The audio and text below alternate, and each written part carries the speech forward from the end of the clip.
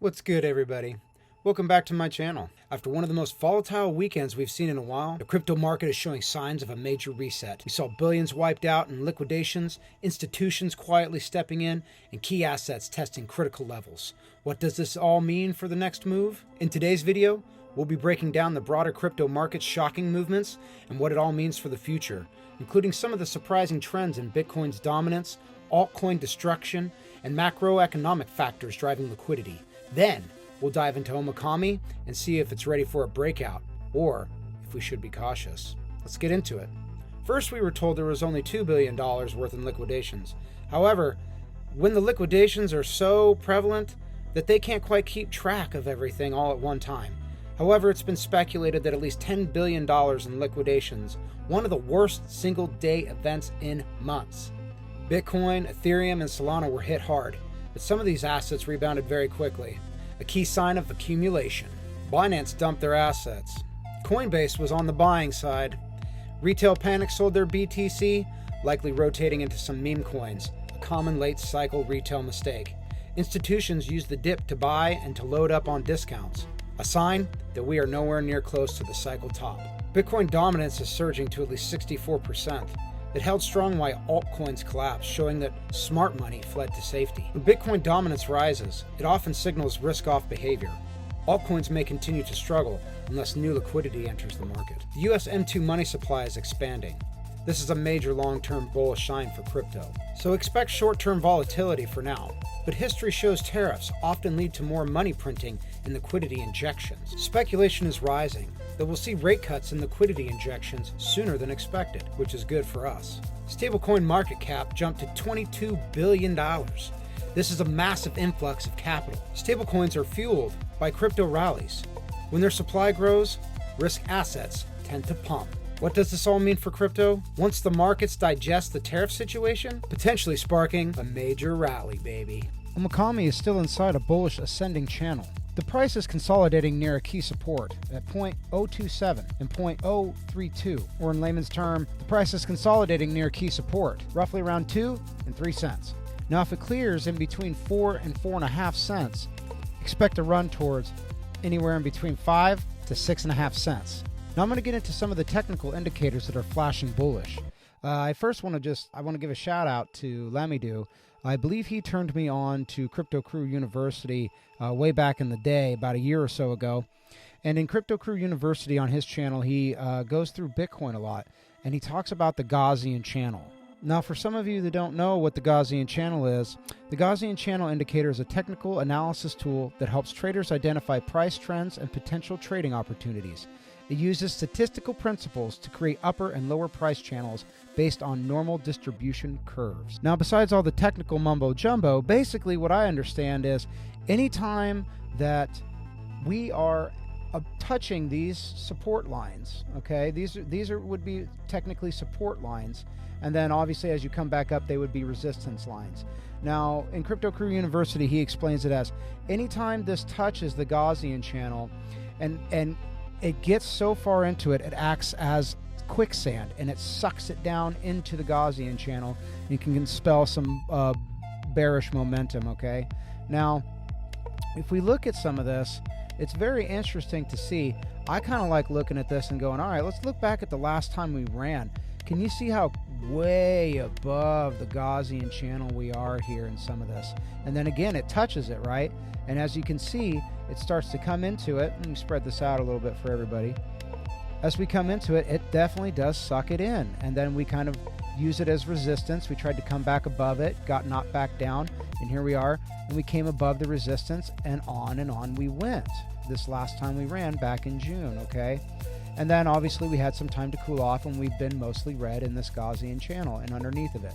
So if we look back here to where we are now, and if all the indicators are flashing green, not only the Gaussian channel that I'll be getting into here very shortly, as you can see, we touched this support line here right in the middle of the Gaussian channel, which normally spells that we may remain in the Gaussian channel for a little bit longer if we get sucked back into it. But we recovered out of it.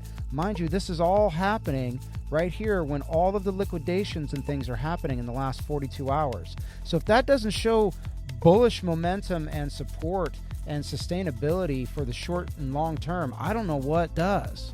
Now I want to show you another indicator that is widely used, and it's called the MACD. Now this video may be obvious for some people when it comes to these indicators, but I'm here to educate. So let's figure out what the MACD does, shall we? The MACD is a moving average convergence divergence indicator, a trend following momentum indicator that depicts the relationship between two price moving averages.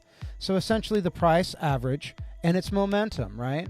Now, if we look at the MACD here, as you can see, we're coming down here, and when these things cross, which we are only, we're on the 4-hour chart here, so this might not be the greatest representation, but I prefer to kind of go into either the day or the week, and the month is a little bit harder to get into because sometimes there isn't enough information on the asset itself collected over a period of time. So, and the further out that you get, the more accurate that some of these indicators become. The closer in, like the hour, 2-hour, 2-minute, 5-minute, they can produce some false signals. So they're more considered as guidelines than just like verbatim. From what I can tell on the MACD, it's a bullish crossover that's forming, and the momentum is shifting up, as you can see right here, okay? Right in this area. Feel free to play around with some of these indicators and kind of see what some of the things you come up with. I'm going to go into a couple more here to show you. Now these Bollinger Bands, this is probably going to be my favorite part about some of these indicators because it's signaling that a high volatility move is coming very soon. And what do these Bollinger Bands do? The Bollinger Bands are a technical analysis tool that shows the price range of security over time. They are made of 3 lines, an upper band, a lower band, and a middle band. The middle band is a moving average. The upper and lower are a set number of standard deviations above and below moving averages. What does that mean? Basically, traders use them to help decide when to buy and when to sell. They also can be used to control automated trading systems. What does this all mean? Well, basically, this is a severely bullish case, about 60% likelihood. If the price breaks above 0.041, it could quickly push to 0.052. Or 0.065. The confirmation signs would be higher volume, MACD strength, RSI holdings above 50. Well, what do I mean by RSI? The RSI is probably the stochastic RSI is probably my favorite indicator just to kind of get an idea of what's going on. And that would be this one right here, okay? Now, from what I understand, it lags behind a little bit, and same with what I was saying earlier about the further you back out, the more accurate that it becomes. So the day usually can produce some false signals, but usually the week and the 2-week is a great place to be when kind of getting an eyeball for what's happening with the momentum. Now, to give you the purest definition of the RSI, or the stochastic RSI, is used for identifying potential trend reversals, identifying momentum shifts, which that's my favorite part, identifying divergences between price and momentum, and adjusting trading strategies based on market conditions. So the RSI is going to give you a pretty decent look at where we're heading. Now, what I love about it is, when we look at the weekly here, we're having a cross down here.